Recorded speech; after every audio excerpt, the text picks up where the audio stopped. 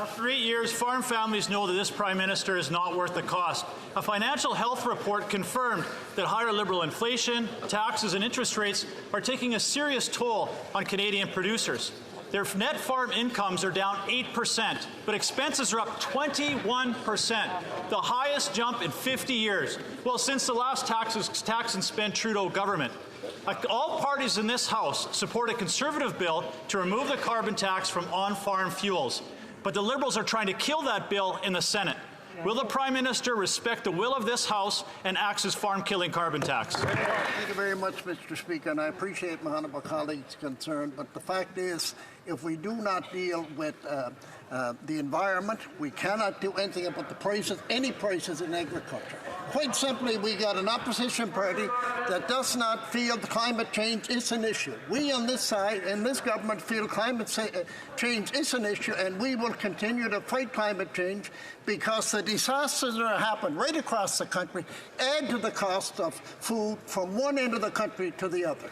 Thank you, Mr. Number one concern for Canadian farm families are Liberal regulations and carbon taxes. The Canadian Federation of Independent Business surveyed their members, and they asked for their top 3 priorities. Number 1, reduce the regulatory and red tape burden. Number 2, reduce the overall tax burden. Number 3, 66% said their number 1 priority is to pass a Conservative bill to remove the carbon tax from on-farm fuels.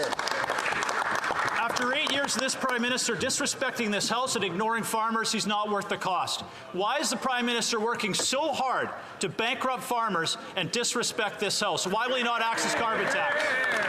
I live in a rural riding as well. I meet with farmers, and some farmers even as recently as this morning. But, Mr. Speaker, the hypocrisy from the Conservative side is just getting a little bit difficult to stomach.